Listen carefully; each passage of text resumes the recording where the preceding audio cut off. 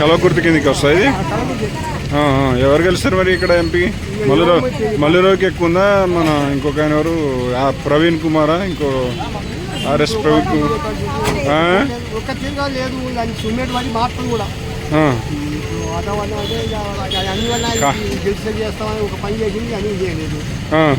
అన్నీ చేస్తూనే ఉండగా, అన్నీ పడుతున్నాయి, విద్యుత్ అవి పడుతున్నాయి కదా. అంటే ఆయన టైం వచ్చే, లేట్ వచ్చే, ఫ్రీ బస్ వచ్చే, మన ఇన్సూరెన్స్ అసలు మరి ఇది మళ్ళీ ఏమన్నా మారుతారా? అంటే మీ ఇప్పుడు అంటే మీరు మారుతారా? అట్లే ఉంటుందా? ఇప్పుడు ఆయన 5 ఏళ్ళు అయితే ఉంటాడు కదా. ఇప్పుడు కొత్త ఇది ఎంపీ కదా. ఎంపీ అంటే కేంద్రంలో బీజేపీ అన్న కాంగ్రెస్. ఈసారి మరి ఎంపీకి ఎవరికి వేస్తారు? ఆయన ఆ పార్టీకి వేస్తారా? ఆ పార్టీకి వేస్తారా? గెలవయా? ఎట్లా ఉంది మరి పరిస్థితి ఇక్కడ? ఎంపీ ఎవరు గెలుస్తారు? కాంగ్రెస్ టీఆర్ఎస్? ఆయన చెప్తాను, నువ్వు చెప్తావు. ఆయన చేసింది నువ్వేమంటున్నావు? కాంగ్రెస్ అంటున్నావా? మీ దగ్గర నియోజకవర్గం కూడా కాంగ్రెస్ ఉందా బాగా? కసిరెడ్డి నారాయణ రెడ్డి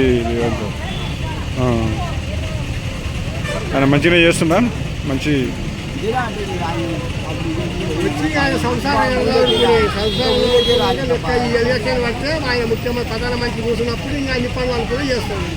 రెండో ఏమంటే కొద్దిగా ఎక్కువ వస్తాయి కదా, అంతేనా? 2 ఒకటే ఉంటే మనకు నిధులు వస్తాయంట. ప్రధానమంత్రి ముఖ్యమంత్రి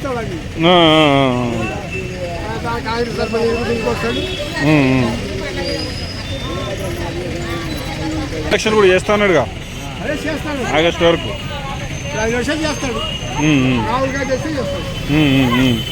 రాహుల్ గాంధీ రాకుండా చేయడు మరి ఎట్లా? మరి రాహుల్ గాంధీ వస్తారు అనుకుని వేస్తారు కదా.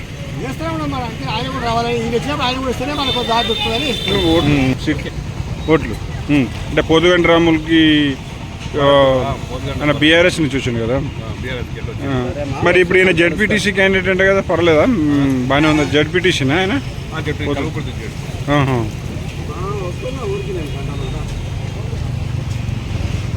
ఏం పేరే?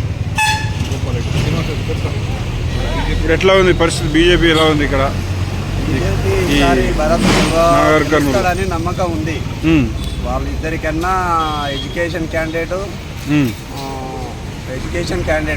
స్మూత్, ఎవరిని నొప్పించే విధానం లేదు, మనిషితో కూడా గెలుస్తాడని నమ్మకం ఉంది బీజేపీ. అంటే ఆర్ఎస్ ప్రవీణ్ కుమార్ కు ఎక్కువ ఉందని అంటున్నారు ఆయన బీఆర్ఎస్ నుంచి. ఆయనకైతే థర్డ్ ప్లేసే. ఎందుకంటే కొన్ని వర్గాలను విమర్శిస్తూ, అవసరానికి వాడుకుంటూ, ఎవరిది వాళ్ళకు ఉంటుంది కానీ వారు విమర్శించే అవసరం లేదు. ఇప్పుడు ఆయన విమర్శించి ఇప్పుడు ఏదో వచ్చి అది చేస్తున్నాడు కానీ ఆయన కరెక్ట్ కాదు. అదే కొంతమంది ఆయన బీజేపీ బీఎస్పీ నుంచి వచ్చిండు, దాంట్లో మళ్ళీ వెళ్ళి వచ్చాడని కూడా కొంత. బీఎస్పీ నుంచి వస్తే ఏ లాభం? కేసీఆర్ని తిట్టి మళ్ళీ అందులోకి పోయి ఆయన కాళ్ళు పట్టుకొని తిరుగుతున్నాడు. కరెక్ట్ వ్యక్తిత్వం కాదు ఆయనది. మైండ్. ఏం పేరు? శ్రీనివాస్ రెడ్డి. కాంగ్రెస్ మధ్యలో ఉంటుంది. బీజేపీ కాంగ్రెస్, టీఆర్ఎస్ లేనే లేదు. ఎందుకు ఆర్ఎస్ కొత్త కదా, ఆల్రెడీ బీఎస్పీకి వెళ్ళి 5,000 వచ్చినాయి మన ఎమ్మెల్యేకి ఉన్నాము. టీఆర్ఎస్లో కొత్తది కానీ కష్టమే. ఎందుకంటే సీఎం సీట్ లేదు కదా, ఇంటి స్థానాలు కష్టమే. వీళ్ళిద్దరి మధ్య పోటాపోటీ వీళ్ళిద్దరి మధ్యలో ఉంటుంది. ఓన్లీ బీజేపీ కాంగ్రెస్ మధ్యలోనే ఉంటుంది. కాంగ్రెస్ మరి స్టేట్లో ఉంది కాబట్టి మరి అది ప్రభావం ఉంటుంది. బాగా ప్రభావం ఉంటుంది. అందులో పార్టీ వ్యక్తి మారలే కదా. మల్లురావి ఎమ్మెల్యేగా 2 సార్లు చేసి ఎంపీగా చేసిండు. అందువలన ఆయనకే ఉంటుంది ప్రిఫరెన్స్. దానికైతే పార్టీ బలం కూడా ఆయనకే ఇస్తుంది, ప్రతిపక్షాలు కూడా అట్లా. ఆయనకైతే తేడా లేదు. ఇంచుమించు కాంగ్రెసే వస్తుంది. ఇంచుమించు ఇద్దరి మీద బీజేపీ ఇద్దరి మధ్యలో పోటాపోటీ జరుగుతుంది. అంటే ఈయన కూడా బీఆర్ఎస్ నుంచి వచ్చిండు అని కొద్దిగా ఇళ్ళకి ఇన్వాల్వ్ అయ్యిండు కానీ, ఎందుకంటే వీళ్ళు అలవెన్స్ అని అనుకున్నారు కానీ అలవెన్స్ కాలే కదా. బీఎస్సీ పొట్టు ఇవ్వలేదు కాబట్టి ఇళ్ళకి నాకు జంప్ అయిపోయాడు. కాకుంటే ఓట్లు వస్తాయి కానీ ఆయన అయితే గెలవాడు. థర్డ్ ప్లేస్లో వస్తారు. ఏం పేరే? మా పేరు శ్రీనివాస్ సార్. శ్రీనివాసులు వర్గంలో ఎట్లా ఉంది జనరల్గా ఏమంటున్నారు? కాంగ్రెస్ అంటారా? కాంగ్రెస్ ఆల్రెడీ గెలిచి ఉంది కాబట్టి కాంగ్రెస్ కావాలనుకుంటారా లేదా బీజేపీ అనుకుంటారా? స్టేట్లో ఉంది కాబట్టి కాంగ్రెస్కి ట్రై చేస్తారు, కానీ కాంగ్రెస్ బీజేపీ మధ్యలో ఉందనేది ఇంకా మరి కాంగ్రెస్ ఇప్పుడు మీకు వచ్చిన ఏమన్నా ఇంప్లిమెంట్ చేస్తున్న పథకాలు? ఇంకా వాళ్ళ ఇంకా టైం ఏదో విద్యుత్ తర్వాత బండ గ్యాస్ బండ అట్లాంటివి ఏమి ఇస్తలేదా? ఎలక్షన్ కూడా ఇక్కడ ఇక్కడైతే బస్సు ఒకటి మాత్రమే అయిందంటే అదొకటి ఆరోగ్య శ్రీ ఇది కూడా అయింది కదా 10 లక్షలు. ఇక్కడ ఎలక్షన్ కూడా అనేది దానివల్ల కొన్ని జిల్లాల్లో వచ్చింది మరి, సిద్దిపేటలో కొన్ని సౌత్ ఉప్పలు అట్లాంటి వాటిలో వచ్చింది మరి, మీ దగ్గర రాలేదు. ఇక వచ్చింది మననే కాబట్టి ఎలక్షన్ కోడ్కి వచ్చింది కాబట్టి ఆ యాంగిల్ ఉండొచ్చు. ఎట్లా వస్తుంది అంటారు మరి మొత్తం మీద? కాంగ్రెస్ అవకాశం ఉందా? కాంగ్రెస్కి బీజేపీ మధ్యలో ఉంది అనేది ఎక్కువ మెజార్టీ ఇక వీళ్ళు ఉంది కాబట్టి వీళ్ళు చేస్తారు అంతేనా? ఏం పేరు? అంజిగౌడ్. అంటే జనరల్గా మీ వర్షన్గా మీ ఒపీనియన్ కాకుండా కూడా మీ కాడ ఎట్లా ఉందనేది చెప్పు. మీ నాగర్ కర్నూలు కాన్స్టిట్యున్సీలో ఏది గెలిచే అవకాశం? కాంగ్రెస్ బీజేపీ ఉంటుంది. అంటే కాంగ్రెస్ ఇప్పుడు ఆల్రెడీ గెలిచింది కాబట్టి కానీ ఎమ్మెల్యేలు ఉన్నారు, మైనార్టీ ఓట్ బ్యాంక్ ఉంది కదా 10%. వాళ్ళకు కూడా 2 ఉన్నాయి కదా, బీఆర్ఎస్ వాళ్ళకు కూడా గెలుస్తున్నారు కానీ పవర్లో లేదు కదా. ఆర్ఎస్ ప్రవీణ్ కుమార్కి అంత లేదా? అంటే వేరే నాన్ లోకల్ అనా? నాన్ లోకలే కదా, అలంపూర్ కాన్స్టిట్యున్సీ కదా అయిందా? ఎందుకుంది? బీఎస్పీ నుంచి నిలబడి టీఆర్ఎస్ అలయన్స్లో నిలబడితే బాగుంటుంది. అది కొంచెం టీఆర్ఎస్లో పోవడం బాగా ఎలక్షన్ల వరకు బాగా కేసీఆర్ని విమర్శించి మళ్ళీ టీఆర్ఎస్ నుంచి పోటీ చేయడం వల్ల కొంచెం న్యూట్రల్ ఓటర్లు జీర్ణించుకోలేకపోతుంది. మరి బీఆర్ఎస్ కూడా మన లాస్ట్ బీఆర్ఎస్ని బీజేపీలో పోయింది కదా, పేరు రాములు, మరి పొద్దుగంట రాములు ఆయన కొడుకుని పెట్టి ఆర్ఎస్ ప్రవీణ్ కుమార్కి క్రెడిబిలిటీ విషయంలో కొంచెం తేడా ఉంటుంది, ఆలోచించే విధానం. ఆయన కూడా కూడా రాములకి అంటే బీజేపీ ఓట్ బ్యాంక్ ఉంటుంది, అచ్చంపేటలో ఏమన్నా ఉంటే ఆయనకు రావచ్చు. అచ్చంపేటలో లీడ్ ఇవ్వకపోతే కష్టం, అచ్చంపేటలో లీడ్ ఇస్తే బీజేపీకి ఏమన్నా అవకాశం ఉంటుంది. గద్వాల అచ్చంపేటలో లీడ్ ఇస్తే కల్వకుర్తి కవర్ చేస్తుంది, లేదంటే BJP second place or third place. BJP ఉందా? ఎందుకు ఆయన ఇంతకుముందు బీఆర్ఎస్లో పనిచేసింది కాబట్టి, లేకుంటే బీఆర్ఎస్ వీళ్ళు 2 ఒకటి ఏకమైతా?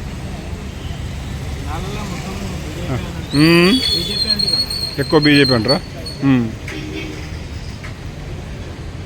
అంటే కేంద్రంలో బీజేపీ రావాలనే ఉద్దేశంతో. మరి రాష్ట్రంలో కాంగ్రెస్ ఉందిగా, మరి డెవలప్మెంట్ కావాలంటే ఒకటి పార్టీ ఉంటే బాగుంటుంది అంటారు జనరల్. అట్లేం లేదా? ఈ కాంగ్రెస్ వాళ్ళు ఏం పార్టీలు అది చేయట్లేరా? పథకాలు ఏదో పెట్టినారు, ఏం రావట్లేవా?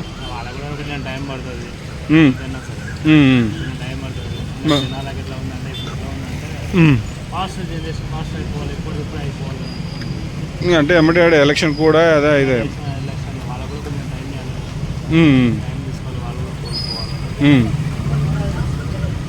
కాంగ్రెస్ వచ్చింది కానీ చేస్తారు లేదు, ఎప్పుడు కూడా ఒకరిని ఉంచదు కదా, ఒకరిని ఉంచదు అని చెప్పి కాంగ్రెస్ ఛాన్స్ ఇస్తారు. వాళ్ళు కూడా అది నిలబెట్టుకోవడం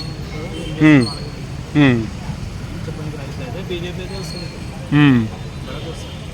బీజేపీకి వస్తుందా పని? ఇదివరకు బీజేపీ అంతగానం లేదు కదా మన దగ్గర, సౌత్లో ఎక్కువ తక్కువ లేదు సార్. ఉందా?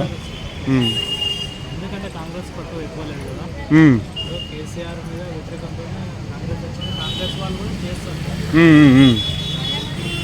మరి ఇప్పుడు కేసీఆర్ ఇంతకుముందు బాగానే చేసిండు అనే ఉద్దేశంతో మళ్ళీ కేసీఆర్ ఇప్పుడు నేను వచ్చినాక చేయట్లేడు అని ఏమైనా ఉంది అట్లా అన్న? కేసీఆర్ మీద ఇంకా వ్యతిరేకత చేసిండు, ఫ్రీ పథకాలు అనేది పెట్టొద్దు. ఏ ప్రభుత్వం వచ్చిన ఎంపోర్ వచ్చినా కానీ విద్యార్థులకు ఏమైనా ఉపాధి కల్పించాలి, ఏమైనా చేయాలి, కానీ ఫ్రీ పథకాలు అనేది పెట్టొద్దు.